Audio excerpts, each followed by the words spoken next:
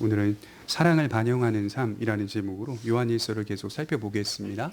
그 요한일서는 예수님의 성육신으로 시작하였다 이렇게 말씀을 드렸죠. 그래서 1장 1절부터 시작되는 내용은 그리스도의 성육신을 말하는 것으로 이 책을 열고 있습니다. 하나님과 함께 계셨던 영원하신 성자께서 이 땅에 오심으로 참된 생명이 나타나신 바 되었다 이렇게 시작을 했죠. 그래서 기독교라고 하는 진리는 어떤 사상이나 철학에서 출발하지 않는다. 모든 진리는 예수 그리스도로부터 시작이 되고 그분 안에서 풍성하게 드러난다라고 말씀을 드리는 것이죠.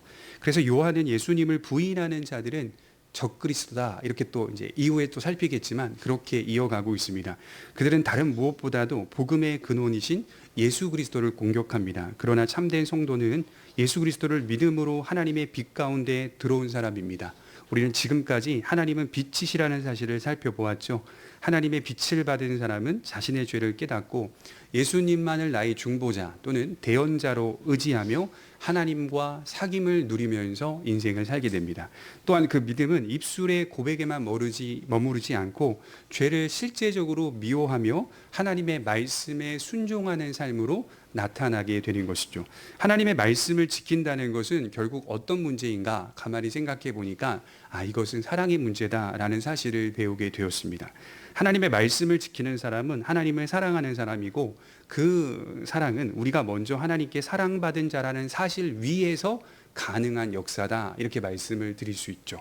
우리가 하나님을 사랑하기 때문에 내가 오늘 지금 이 자리에 하나님을 사랑하기 때문에 하나님의 사람이 된 것이 아니라 하나님의 사랑을 받았기 때문에 하나님의 사람이 되어 그 사랑 안에서 사랑하며 살 수 있는 것이다. 요한이 지금 그 얘기를 계속 하는 겁니다.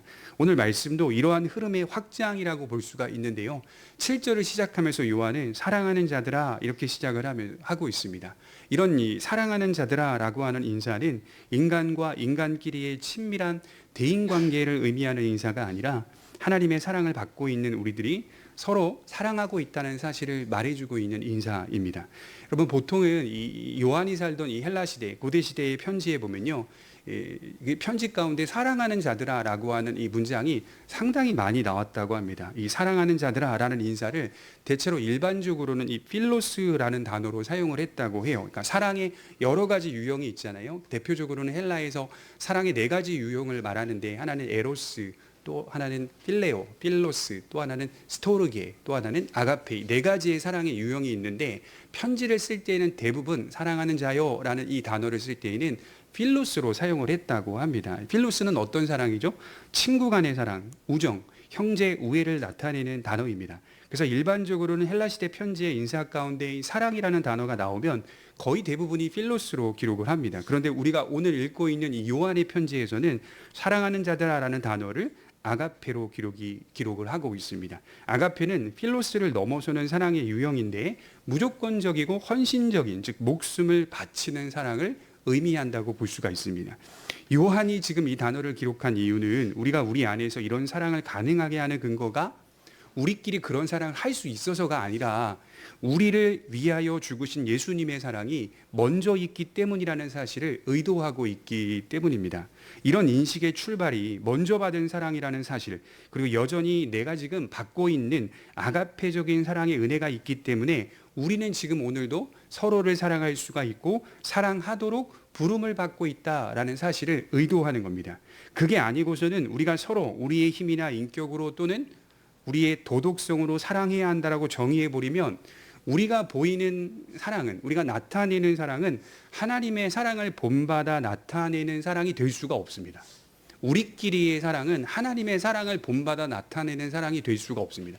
그래서 요한은 사랑하는 자들아라는 인사 속에 아가페라는 단어를 사용하고 있는 겁니다. 하나님의 사랑을 먼저 받았다는 사실을 인식하고 서로를 사랑하게 되면 그 사랑의 정도와 그 사랑의 수준이 초월하게 된다.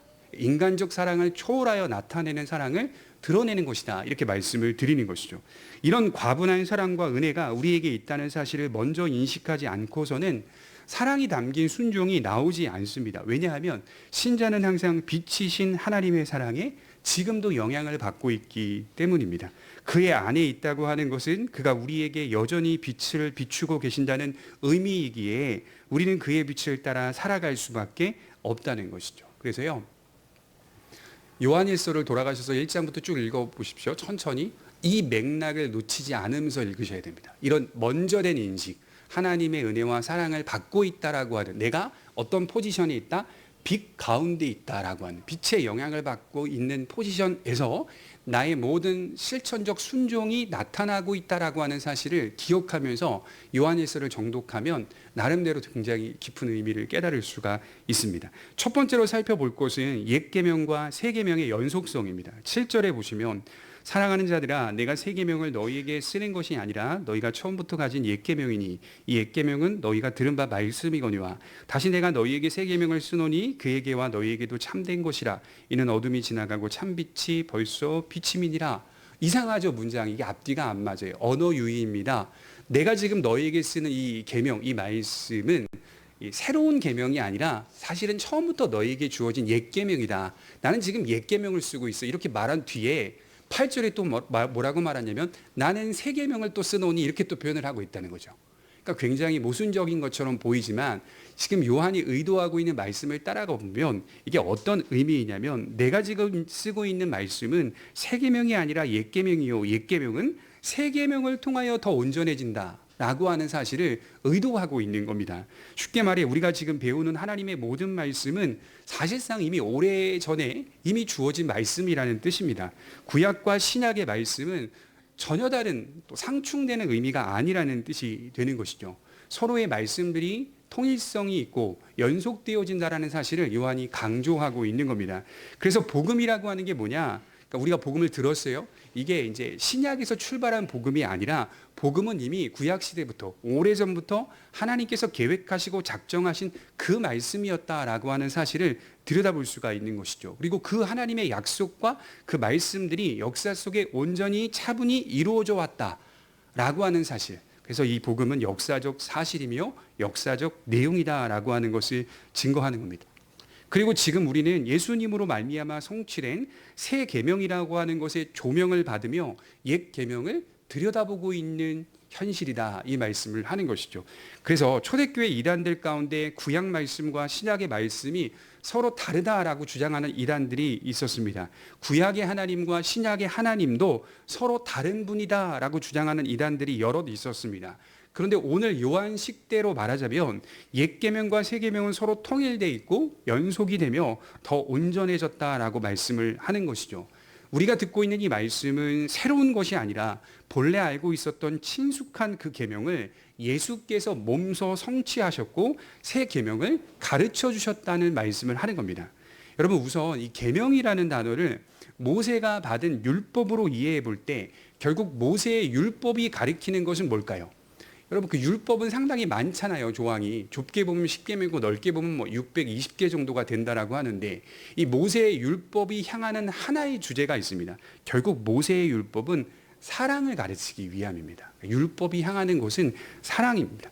율법의 모든 계명이 향하는 곳은 사랑입니다. 사랑은 나중에 배우시겠지만 하나님의 영원한 속성과 기초입니다. 우리가 잘 아는 말씀 중에서 신명기 6장 5절에 보면 너는 마음을 다하고 뜻을 다하고 힘을 다하여 내 하나님 여호와를 사랑하라. 이게 율법의 제일 우선되는 핵심이죠. 그래서 1계명부터 4계명까지는 하나님만을 유일하신 분으로 섬기고 따르고 믿으라라고 하는 것으로 출발을 하는 것이죠. 그리고 5계명부터 10계명까지의 말씀들이 무슨 내용이냐라고 하는 것을 보면 레위기 19장 18절에 보면 내 이웃 사랑하기를 내 자신과 같이 사랑하라. 나는 여호와니라. 그러니까 율법이라고 하는 것은 예수님께서 축약을 해서 간단하게 말씀을 하셨잖아요. 이중계명이다. 위로는 하나님을 사랑하고 좌우로는 이웃을 사랑하는 것. 내 자신과 같이 사랑하는 것이다. 그래서 마태복음 22장 40절에 보면 예수님이 이렇게 정리하셨어요. 이 두 계명이 온 율법과 선지자의 강령이니라. 두 계명이 모든 계명을 대표하고 있는 계명이다. 그게 무슨 계명이라는 거예요? 사랑의 계명이다. 결국 이 계명이 향하는 곳은 사랑이다 이 얘기를 하는 거예요. 제가 서두에 말씀을 드렸듯이 여기서 사랑이라고 하는 것은 사람의 사랑이 아니라 먼저 하나님의 사랑이 앞서는 것으로 인식해야 됩니다. 이게 중요해요.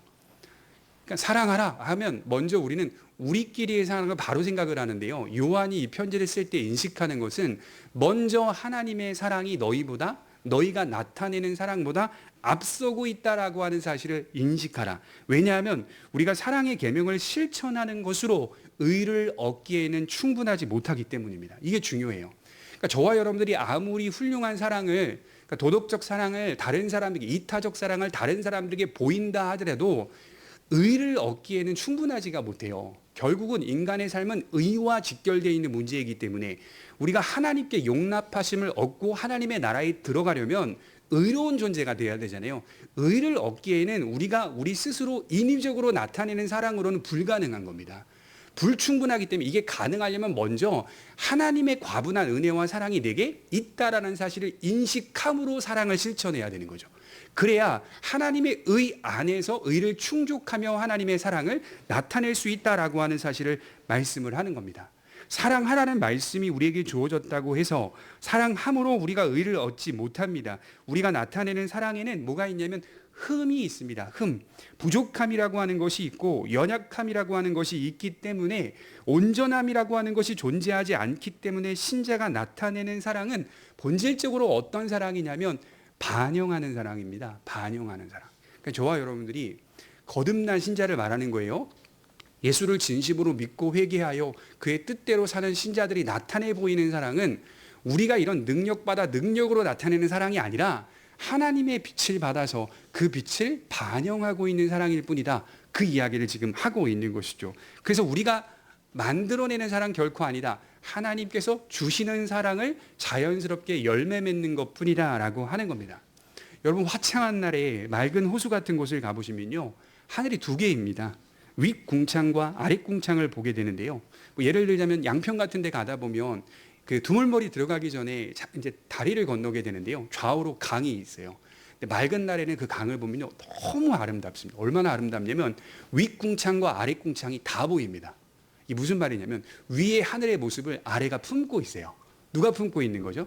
물이 품고 있어요. 호수가. 강이 그걸 품어서요. 반사하고 있는 것을 보게 됩니다. 마치 거울을 보듯이 그렇게 호수가 동일한 모습으로 하늘을 품고 있는 겁니다. 이게 바로 반영하는 사랑입니다. 신자가 사랑이라고 하는 계명을 이행한다는 것은 하나님 사랑의 반영입니다.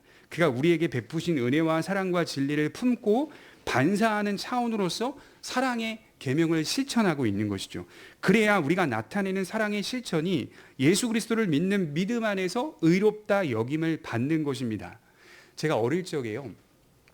요한일서를 읽으면 제게 굉장히 도덕적으로 부담스러운 책이었습니다.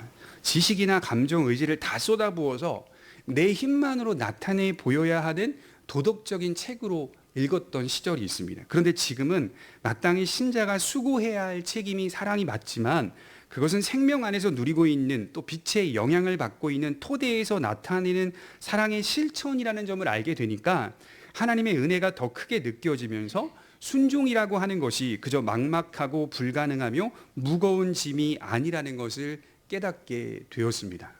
여러분 나중에 저희가 또 살피겠지만 요한 1서 5장 3절에 가보면 하나님을 사랑하는 것은 이것이니 우리가 그의 계명들을 지키는 것이라 그의 계명들은 무거운 것이 아니로다. 얼마나 멋져요. 그러니까 요한이 이런 인식을 하고 있다니까요. 하나님을 사랑해? 그럼 하나님을 사랑하는 것은 이것이야. 우리가 그의 계명들을 지켜야지. 얼마나 부담이 됩니까? 저와 여러분들이 하나님의 계명들을 지킨다고요? 이게 사실 불가능한 일이고 온 힘을 다 쏟아부어도 그날 자꾸 넘어지고 실수할 때가 얼마나 많은지. 근데 그 뒷구절에 보면 하나님을 사랑하는 자는 이것이니 우리가 그의 계명들을 지키는 것이라 이렇게 표현하고요. 그의 계명들을 지키는 것은 무거운 것이 아니로다 이렇게 또 붙이고 있어요.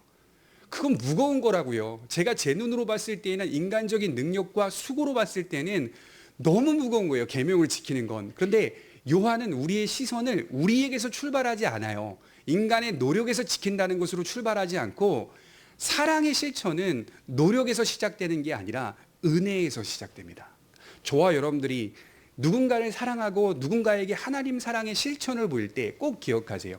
하나님의 과분한 사랑과 은혜를 받아 실천하는 것이 되어야만 계명을 지키는 것이 부담스럽거나 무거운 것이 아니게 됩니다. 결코 무겁지 않습니다. 그래서 요한이 볼 때 하나님 말씀 지키는 건 무겁지 않은 겁니다. 그의 사랑을 받아서 그 토대 위에서 하는 거기 때문에 그 열매를 맺을 수밖에 없는 그 구조를 요한이 명확하게 보고 있기 때문에 요한복음 15장의 포도나무 비유가 나올 수밖에 없는 거예요. 그분이 우리의 나무가 되시고 우리는 그의 가지이기 때문에 포도 열매를 맺을 수밖에 없는 구조로 믿음이 그렇게 하나님의 은혜 안에 창세전에 설계되었다는 사실을 요한이 눈으로 직접 보고 있는 겁니다. 도리어 우리에게 나타나는 순종은 하나님의 사랑을 여전히 받고 있고, 그리고 받고 있는 자의 현실 속에서 나타나는 여러 각도의 줄기라고 인식하게 된 것이죠. 그러니 제게 있어서 더 많이 갈망되는 것은 하나님의 말씀에 순종하자가 아니라 하나님의 사랑을 더 많이 경험하자가 제 인생의 목표가 된 것이죠. 그러니까 저와 여러분들의 신앙생활의 목표도 하나님의 사랑을 더 많이 경험하자가 되시기 바랍니다. 말씀을 지키자 이런 것보다는 주의 사랑을 어떤 각도에서 어떤 모습으로 어떤 상황에서든 더 많이 경험해야만 하나님의 말씀을 지킬 수 있는 힘을 갖게 되는 것입니다.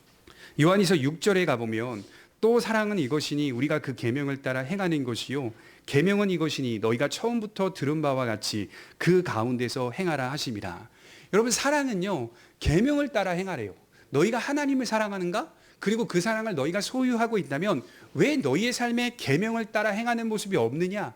그런데 여기 말씀을 읽어보면 행하라는 것이, 계명을 따라 행하라는 것이 어디에 위치되어 있는지를 보라는 거예요. 그것은 우리가 인위적으로 만들어내는 행위가 아니라 하나님의 사랑 안에 거하는 자에게 나타나는 삶의 방식이다. 그래서 요한은 이런 표현을 자주 써요. 그 가운데서 행하라. 말씀을 행하라 이렇게 표현하지 않아요. 말씀을 지키고 행하되 그 가운데서 행하라 라는 표현을 계속적으로 집어넣고 있습니다. 요한복음 13장 34절에 보면 예수님은 새 계명에 대하여 이렇게 말씀하셨어요. 새 계명을 너희에게 주노니 서로 사랑하라. 내가 너희를 사랑한 것 같이 너희도 서로 사랑하라. 여러분, 이 말씀 우리가 다 잘 알고 있죠. 새 계명을 너희에게 주노니 너희가 서로 사랑하라. 내가 너희를 사랑한 것 같이 너희도 서로 사랑하라. 그러면 이 말씀을 읽었을 때 여기서 우리의 눈에 들어오는 게 뭐냐 이 말이에요. 저와 여러분들이 이 문장 가운데 눈에 확 들어오는 게 뭘까요? 핵심이 뭘까요? 몰랐을 때는 서로 사랑하라 이거였습니다. 저는 제가 이 의미를 잘 몰랐을 때에는 서로 사랑하라 였어요. 그런데 이 말씀의 문맥상의 핵심은, 코어 문장은 뭐냐면 내가 너희를 사랑한 것 같이입니다. 서로 사랑하라가 아니라 내가 너희를 사랑한 것 같이 서로 사랑하라 이렇게 표현하고 있어요. 그러니까 우리가 토대가, 우리의 신앙의 위치가 여기서 벗어날 수가 없어요. 주님이 우리를 사랑하고 있다라고 하는 그 위치에서 벗어나지 않는 상황에서 우리가 서로 사랑하는 열매를 맺어간다라는 사실을 주님이 우리에게 말씀하고 있는 것이죠. 핵심은 사랑의 계명이라고 하는 것이 내가 너희를 사랑한 것 같이, 즉 하나님의 사랑 안에 있다는 사실로부터 서로 사랑이 이루어진다는 것입니다. 여러분, 옛 계명도 마찬가지입니다. 구약 시대의 옛 계명도 마찬가지. 하나님의 은혜 안에 거하여 있는 존재만이 하나님이 기뻐하시는 사랑을 행할 수가 있습니다. 여러분, 이스라엘이 얼마나 많이 사랑받았어요? 이스라엘이 사랑을 받는데 조건이 있었어요? 없었잖아요. 근데 하나님이 이스라엘을 선택하셔서 사랑하시는데 표현이 상당히 다양하게 나와요. 독수리가 새끼를 품에 안고 있는 것처럼 내가 너희를 사랑한다. 이런 표현도 있고, 부모가 자녀를 사랑하는 것처럼 사랑한다. 내 부모는 너를 버릴지라도 여호와는 너를 버리지 않을 것이라. 이런 표현들도 나오고, 그만큼 하나님이 무조건적으로 이스라엘 백성들을 사랑하였다. 이게 무슨 말이냐면 내가 너희를 사랑한 것 같이 너희도 서로 사랑하라. 이 얘기를 옛 계명 안에서도 주어지고 있었다는 거예요. 근데 이스라엘은 이 계명을 받아들이지가 않았다는 것이죠. 그러니 우리가 받은 진리의 메시지는 시대를 초월하여 변하는 주제가 아니라 처음부터 동일했던 주제라는 사실을 말씀합니다. 이사야 40장 8절에 보면 푸른 말하고 꽃은 시드나 우리 하나님의 말씀은 영영이 서리라 하라. 처음부터 너희에게 동일하게 주어졌고 예수 그리스도 안에서 더 온전해졌다라고 하는 사실입니다. 말씀을 준비하면서 생각을 해봤어요. 현대인들에게 예전 것, 옛 것이라고 하는 건 그렇게 높이 평가받지 못하고 있는 그런 주제라고 볼 수가 있습니다. 현대인들은 언제나 새로운 것을 추구하고 또 새로운 것을 좋아합니다. 어떤 것이 새롭다라고 하면 그 자체로 좋아합니다. 그 새로움이 나라는 개인에게 이득이 되거나 유용만 하다면 그것이 옳고 그르냐는 두 번째이고 그저 높은 가치로 평가받고 있는 시대입니다. 그러나 우리가 믿고 있는 기독교는 아닙니다. 옛 계명이라고 하는 고대의 유산을 자세히 살피라고 말씀합니다.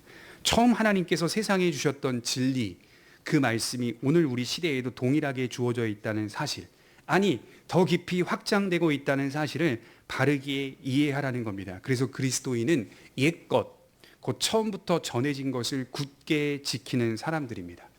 한 신학자가 이렇게 말했어요. 기독교 신앙은 필수적으로 역사적 차원 또는 요소를 가지고 있다. 신앙의 과거는 권위를 갖는다. 이렇게 말을 했어요. 하나님은 처음부터 지금까지 완전한 진리를 주셨습니다. 그러니까 저와 여러분들이 지금 시대에 완전한 진리를 받은 게 아니라 옛 계명 안에서도 하나님은 처음부터 지금까지 완벽하고 완전한 진리를 주셨습니다. 그리고 그 진리가 오래되었다고 해서 폐기되는 것이 아니라 또는 변경되는 것이 아니라 그대로 그 진리의 위치와 자리에서 유지하고 있습니다. 현대인들이 또 현대 그리스도인들이 자꾸 옛 계명을 살펴보아 연속되는 의미 안에서 더 풍성한 은혜를 누리기를 원하시는 겁니다. 이것은 구원받는 유일한 방법뿐 아니라 우리의 문화도 마찬가지입니다. 기원으로 돌아가 생각해 보라는 거예요.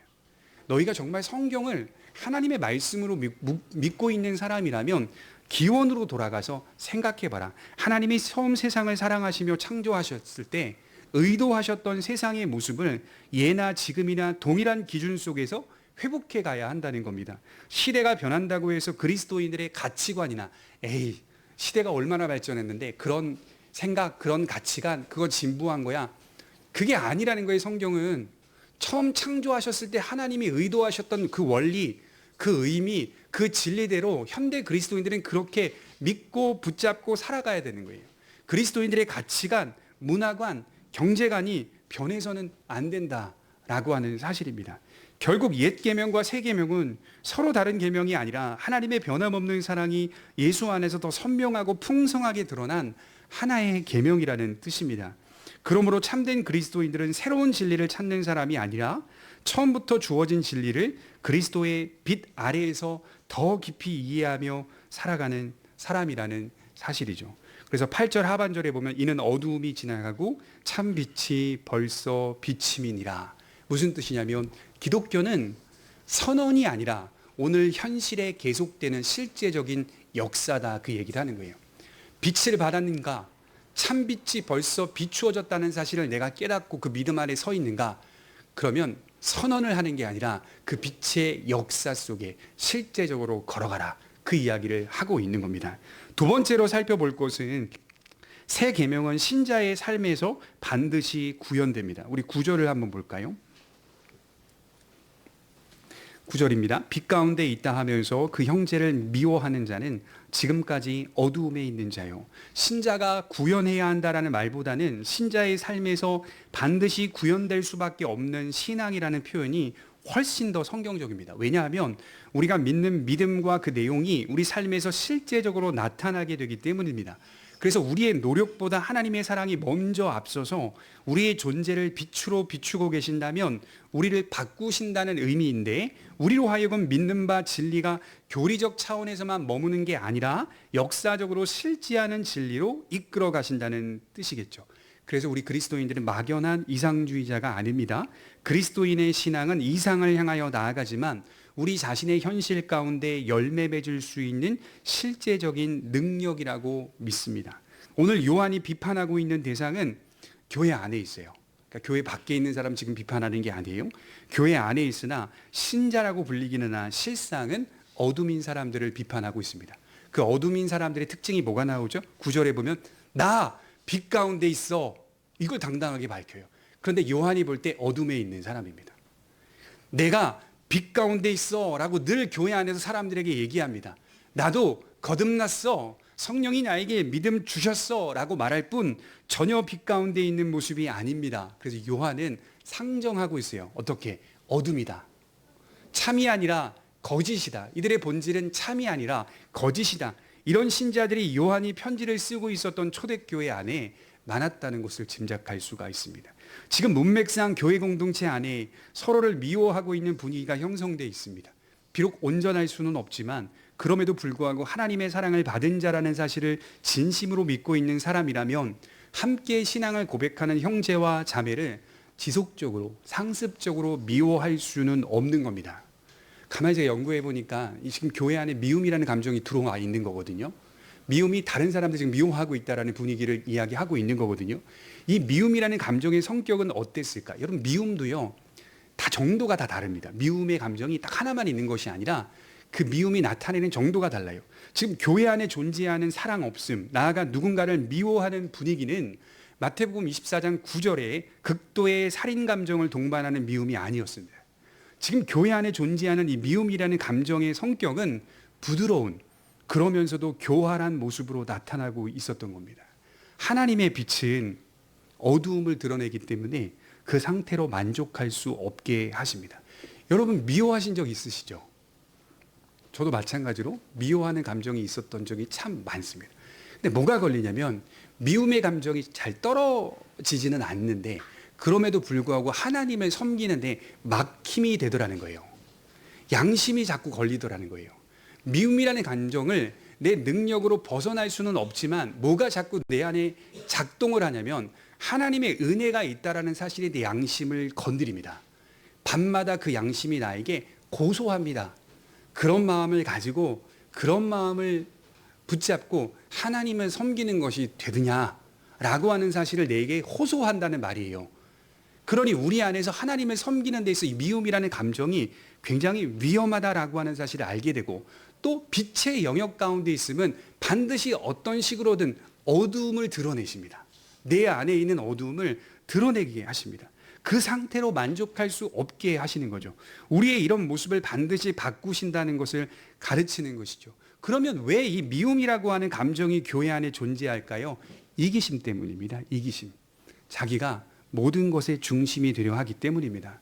하나님의 사랑은 모든 이기적인 요소를 원칙적으로 배제한다. 그래서요, 오늘 말씀대로 제가 표현하자면 성령 충만한 사람은 어떤 사람인가? 두 가지 같아요. 신앙의 내용도 풍부하면서 이기심이 적은 사람. 이 사람이 성령 충만한 사람입니다. 신앙의 내용도 풍부해요. 이해도 참 잘하고 있어요. 그리고 이기심도 적어요. 자기중심적이지 않은 사람이 성숙한 사람입니다. 여기서 우리는 주님이 말씀하신 약속을 생각해 볼 필요가 있어요. 요한복음 8장 12절에 보면 예수님이 이렇게 말씀하셨어요. 예수께서 또 말씀하여 이르시되 나는 세상의 빛이니 나를 따르는 자는 어둠에 다니지 아니하고 생명의 빛을 얻으리라.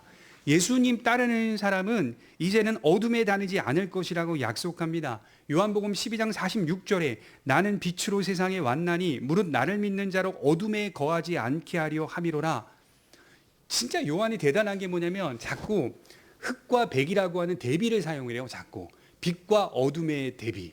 자꾸 대비를 통하여서 우리에게 하나님의 복음을 이해시키고 있어요. 우리 신앙이 빛으로 온 것이 맞다면 그 빛이 우리가 세운 이 공동체에 점점 더 현실이 되는 모습을 확인해야 되는 거예요. 우리 교회예요. 교회 공동체예요. 그러면 빛과 어둠이 점점 더 대비되고 우리 공동체 안에 이것이 현실이 되는 모습을 우리가 신앙생활 가운데 확인해 가야 하는 것이죠. 물론 예수님이 다시 오실 때 어둠이 완전히 떠나가겠지만 그럼에도 불구하고 주님의 몸된 교회 안에 이런 현실이 나타나고 증가해야 한다는 것이 건강한 교회입니다. 여러분, 세상은 어둠이 더 우세합니다. 그건 맞는 얘기잖아요. 세상은 어둠이 더 우세합니다. 그러나 교회는 어둠이 아니라 빛이 우세하다는 사실을 드러내야 돼요. 아, 교회 왔더니 빛이 우세하더라. 교회 왔더니 교회도 똑같더라. 이 얘기를 듣고 있다면 이건 우리가 다 반성해야 되는 지금 메시지인 거예요. 교회 왔는데 완벽하진 않지만 빛이 우세하더라. 이 이야기를 누군가는 들어야 된다는 거예요. 그래서 존재의 변화를 향하지 않는 신자는 자신이 빛이라고 당당히 말하고 있으나 사실은 참이 아니라 거짓일 수 있다는 이야기를 하는 겁니다. 그래서 11절을 보시면 더 구체적으로 어둠에 속한 신자들을 비판하고 있는데 우리 같이 한번 읽어보겠습니다. 11절입니다. 시작. 그의 형제를 미워하는 자는 어둠에 있고 또 어둠에 행하며 갈 곳을 알지 못하나니 이는 그 어둠이 그의 눈을 멀게 하였습니다. 형제를 미워하는 자, 즉 이 사람은 지금 요한의 눈에는 빛의 영역에 있는 사람이 아니라 여전히 어둠 가운데 있는 사람으로 상정하고 말하고 있습니다. 특징을 볼 수 있는데 자기의 모든 삶이 어둠 가운데 살아가고 있습니다. 삶 전체의 상태와 방향이 어둠입니다. 또한 여기 보시면 어디로 가는지를 몰라요. 갈 곳을 알지 못하나니. 교회에 있다니까요, 이런 사람들이. 갈 곳을 알지 못해요. 내가 지금 어디로 가고 있는지를 알지 못하니까 어떤 일이 벌어지죠? 이것도 진리, 저것도 진리, 이것도 진리, 저것도 진리, 이렇게 신앙생활을 할 수밖에 없어요.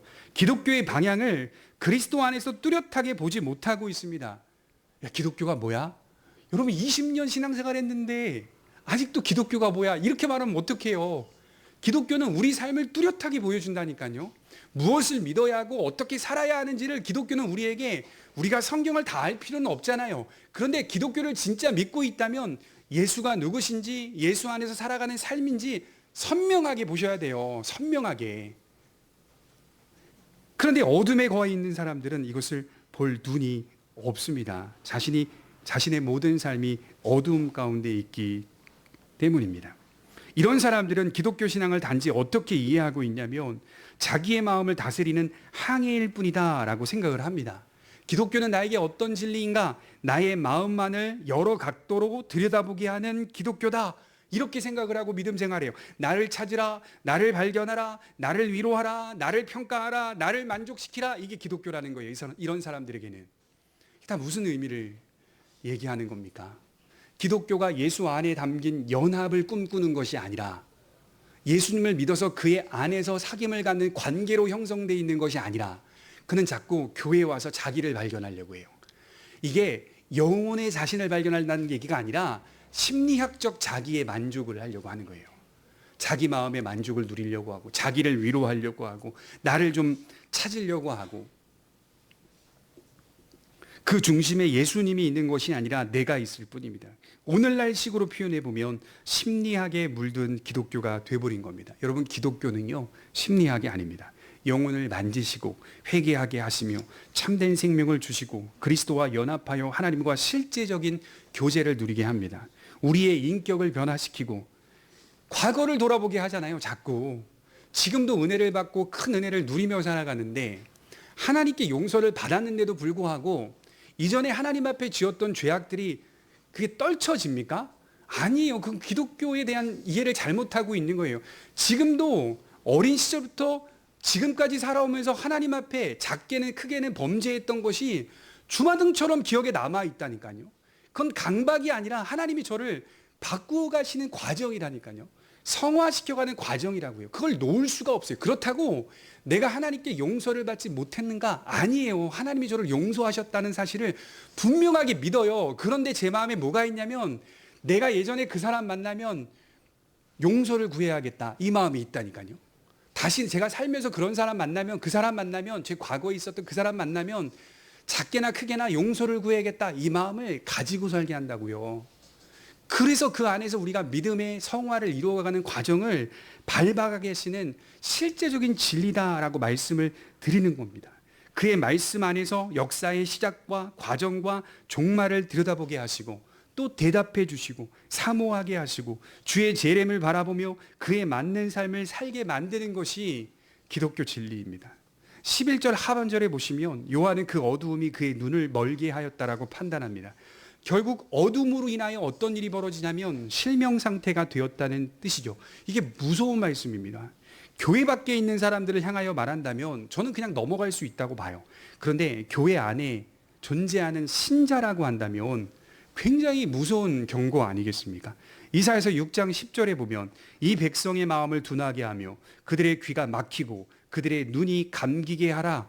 하나님의 백성들이 눈이 멀게 된 것은 그들 스스로 그렇게 결정하였기 때문이라고 비판하는 이사야의 말씀입니다. 하나님을 섬기는 백성들임에도 불구하고 이스라엘 백성들은 하나님의 말씀에 귀를 막았고 하나님이 보여주신 진리를 보지 않았습니다. 그러자 어떤 일이 벌어진지 아세요? 더 이상 볼 수 없게 되었다라고 말합니다. 이스라엘이 그랬다는 거예요. 교회 공동체가 어떤 대가를 치르고서라도 피해야 할 주제가 뭘까요? 어떤 대가를 치르고서라도 이 주제만큼은 교회 공동체가 피해야 합니다. 그게 뭐냐면 사랑의 부재입니다. 교회 안에 미움이 주장하지 못하도록 하나님의 사랑을 누리며 힘써야 합니다. 19세기의 신학자 중에요, 찰스 하치라고 하는 분이 있는데 그분이 자기의 책에서 이런 말을 했습니다. 한번 들어보세요. 때로 사람들이 별로 선량하지 않으면서 신앙심은 무척 깊을 수 있다. 그들의 종교는 헌신적인 감정과 봉사에 소비된다. 반면에 그들의 본성이 가진 악에 대한 열망은 여전히 억제되지 않은 채로 남아있다. 정확하게 짚었어요. 정확하게. 자기가 목회하는 현실 속에 그런 교인들을 많이 봤다는 거예요. 선량하지 않으면서, 별로 선량하지 않으면서 신앙심만큼은 무척 깊은 사람들. 경건한 가면을 쓰고 있는 그리스도인들에 대한 강한 비판입니다. 하나님을 사랑하면서 형제를 미워하는 것은 서로 양립할 수 없다는 사실을 말씀하는 겁니다. 교회가 좀 크잖아요. 커지잖아요. 교회 안에 일어나는 일들을 제가 많이 신앙생활을 하지 못했지만 보게 되면요, 다른 사람을 향하여 미워하는 게 세상 사람들이 서로 미워하는 것과 별반 다르지 않다는 것을 보게 된 적이 많았습니다. 누구 하나 따돌리는 거 교회 안에서 아주 쉽게 일어나고 있는 것들을 많이 보았습니다. 그런 일들이 우리 교회 공동체 안에 있다라고 하는 것은 굉장히 위험한 겁니다. 하나님의 복음을 가진 사람은 이런 감정을 양립할 수가 없습니다. 양립이 되지가 않아요. 이 감정이 올라온다 하더라도 그렇지 않게 하기 위해 하나님의 도움을 구해야 되는 것이 맞습니다. 여러분, 결론이 나옵니다. 10절을 보실까요? 결론이 10절인데요. 그의 형제를 사랑하는 자는 빛 가운데 거하여 자기 속에 거리낌이 없으나, 새 계명을 준수하는 자의 결과를 말하는데, 진심으로 사랑하는 자의 결과가 그의 속에 온전하게 나타나는데, 그것이 바로 스칸달론이라고 기록된 거리낌이라는 단어입니다. 되게 멋져요, 이 표현이. 사랑을 준수하는 신자의 삶에는 두 가지의 유익이 온전해지는데, 하나는 그 자신 안에 넘어질 만한 걸림돌, 스칸달론이 없어집니다. 죄의 걸림돌이 점점 제거되어 하나님과의 교제가 충만한 기쁨으로 나타나게 됩니다. 또 다른 하나는 다른 사람을 넘어뜨리는 걸림돌이 되지 않아요.